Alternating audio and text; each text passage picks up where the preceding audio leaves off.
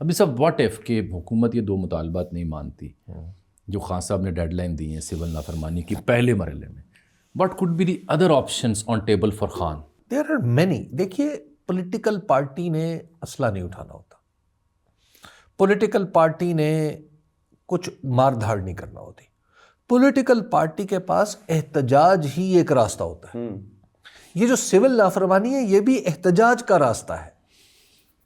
اچھا آپ، اور احتجاج کبھی کامیاب ہوتا ہے کبھی ناکام ہوتا ہے. احتجاج کامیاب کرنے سے مراد یہ نہیں ہوتی قطعاً کہ آپ کہیں کہ جناب اب بس سارے لوگ جو ہے وہ بت گر جائیں گے اور گر کے یہ تو ہے کہنا شروع کر دیں. یہ تو ہے انٹرنل، یہ ہے پولیٹیکل. انٹرنل نا ہمارا ایکسٹرنل فیکٹر پہ کافی دنوں پہلے چرچا بھی اس کے اوپر ہوئی. جو اینٹیسپیشن ٹرمپ سے یا امریکن اسٹیبلشمنٹ سے ہے، ایکسپرٹس کو بالخصوص پی ٹی اے جو باہر بیٹھے ہیں، ہم نے اپنے تھرڈ امپائر میں کافی تفصیل سے بات کی. آج کل سجاد برقی صاحب کا بھی ذکر خیر ہو رہا ہے. واٹ ایک ایکویشن رکھتا ہوں، واٹ ایف کہ اگر ٹرمپ صاحب ایک ٹویٹ مار دیتے ہیں خان صاحب کے حق میں اور پی ٹی اے کے حق میں، اس کا کیا امپیکٹ ہوگا؟ بہت بڑا ہوگا. کیوں جی، آپ کی رائے میں؟ ایکٹیو تو وہ ہو گئے ہیں، اور وہی آپ کے ہم پہلے بھی یہی بات کر چکے ہیں کہ انپریڈکٹیبل آدمی ہیں، امپلسو ہے نا نیچر. وہ in a personal capacity he can do اینی تھنگ.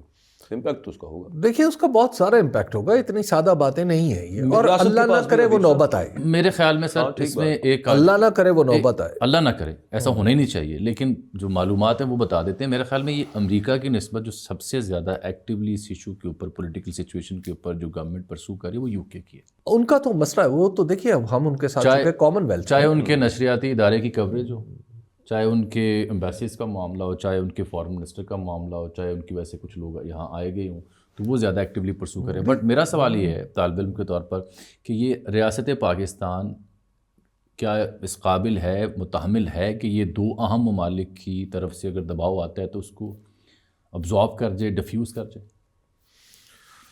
ابزارب تو نہیں ہوتا سر. ان کے پاس بارگیننگ اور بہت ساری چیزیں ایسی کہ چلیں، بارگیننگ چپس ہم یہ کر دیتے ہیں، وہ ہمیں پتہ بھی نہیں چلتا. انہوں نے اب دنیا کو یہ نظر آ رہا ہے کہ عمران خان کو مسلسل جیل میں رکھنے سے بنیاد پرستی بڑھ رہی ہے.